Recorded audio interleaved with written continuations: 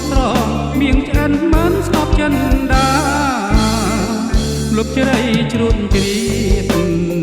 គុនទៀបសូរិយាសូមយកកែ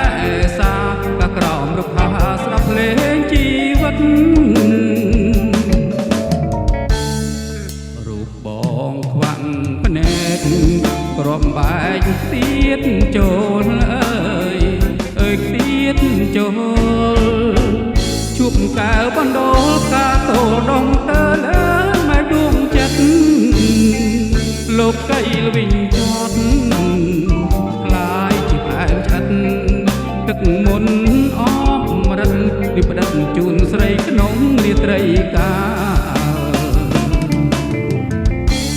អោប្តីសងខឹងអោភ្លៀងរ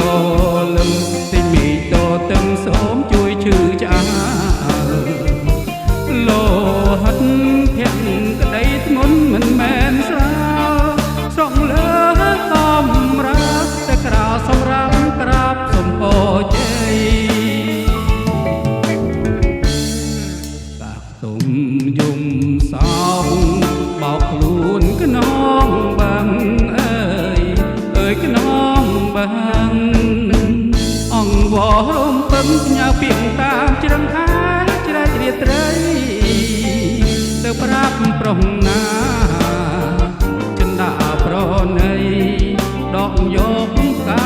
ព្រៃទៅដាំជាថ្មីក្នុងវិមានសួគ